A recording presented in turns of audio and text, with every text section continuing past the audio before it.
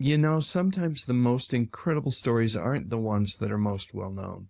Instead, I really like to think that they are the quiet ones. The ones that we never hear about because they happen behind the scenes. That's certainly true with Joan Alt, a woman whose name might not ring as many bells as her famous husband, Dick York, the very first Darrin Stephens, from the classic TV show Bewitched. But let me tell you, Joan, or Joey as he lovingly called her, was the true leading lady in Dick's life, especially when things got tough. Their journey together from their wedding back in 1951 all the way until Dick's passing in 1992 really, at least in my mind, demonstrated the kind of love that we don't always see, a love that stuck around through thick and thin.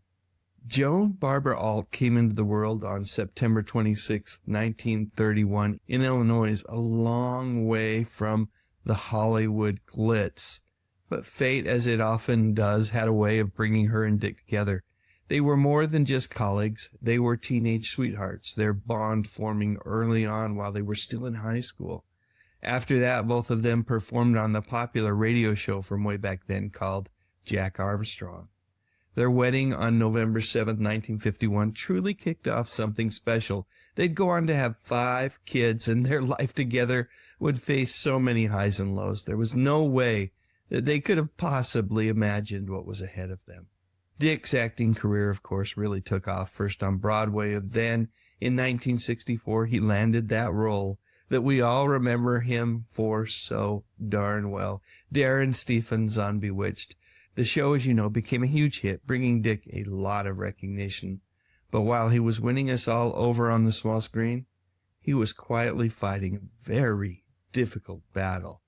You see, back in 1959, while making a movie called They Came to Cordora, Dick had a really bad accident that injured his back. What started as a muscle tear just kept getting worse, turning into a painful condition that would stay with him for the rest of his life.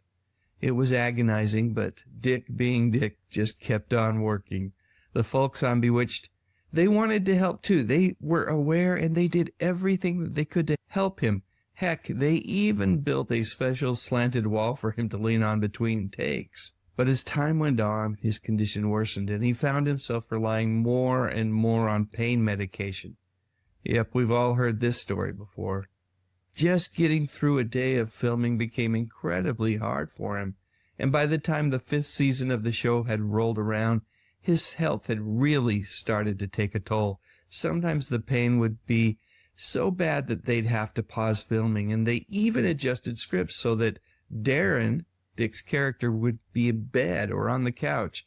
It all came to a head in February of 1969 when Dick, suffering from intense pain, collapsed on set and had a seizure. That frightening moment landed him in the hospital, and heartbreakingly, he knew that he had to leave Bewitched for good. It was during those truly dark days that Joan's incredible strength shone brightest. Dick's memoir, which was published after his passing, called The Seesaw Girl and Me, is such a beautiful tribute to Joan. He called her his seesaw girl, who was with him through all of life's ups and downs, and he spoke openly about the 18 months after he left Bewitched, a time that he mostly spent in bed, clouded by painkiller addiction. It was Joan, his Joey, who stood by him through every single agonizing step, even bravely carrying him, body, mind, and soul, when he decided to go through withdrawal cold turkey. Their bond was so strong that ultimately he moved in with his mother for a bit, just to spare Joan and their kids from the sheer torment of watching him suffer through all that. Even after conquering his addiction, Dick's health challenges didn't disappear. He battled emphysema, a result of having smoked a lot throughout his life, and in his last years, he needed an oxygen tank to breathe. Money was often tight in the York household, so much so that at one point they were relying on welfare and unemployment. But through it all, Joan was his steady rock. They moved to Michigan in 1985 to help Joan's mother, who was living with Alzheimer's. So now here she is, being a rock for 2 people, Dick as well as her mother. From their home in Rockford, Michigan, even from his bed, Dick found the strength to start Acting for Life, his own charity dedicated to helping the homeless. It really speaks volumes about his resilient spirit, and you can bet that Joan was right there with him, providing the quiet support that allowed him to make such a difference, even when he was in such a frail state. When Dick York passed away on February 20th, 1992, at the way too early age of 63 years old, Joan had been by his side for over 4 decades, through every single up and down. Yep, she truly was his seesaw girl. Her gentle strength and unwavering love weren't just a comfort. They were the very foundation of Dick York's life and career. While we all remember Dick as Darrin Stephens on Bewitched, I contend that the Joan Alt story is just as meaningful. In a world that seems to be full of self-centered, greedy, narcissistic people, she gave us all a beautiful example of unconditional love and quiet heroism.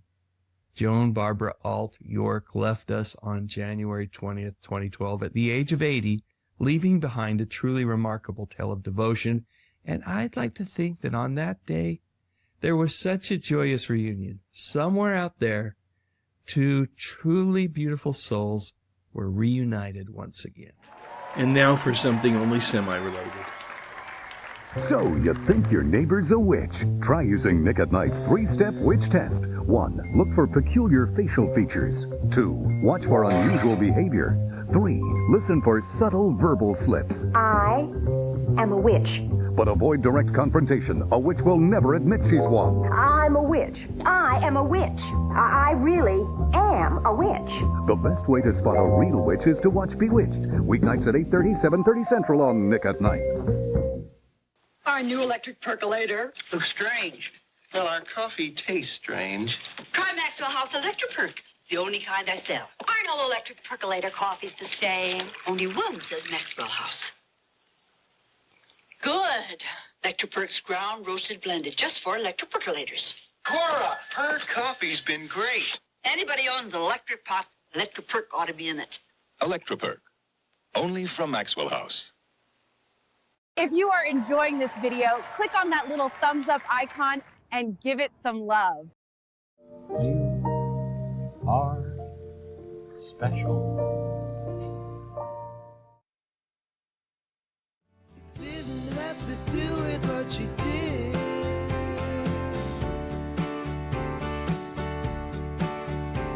So thank you very much for your support, for your support, for your support. Thank you very much. Click on that thumbnail cause it's time to go. Dave's got the classics, let the memories flow. TV shows and movies that we all hold so dear. On his YouTube channel he's keeping memories near. Dave Sundstrom, bringing back the good stuff, oh yeah.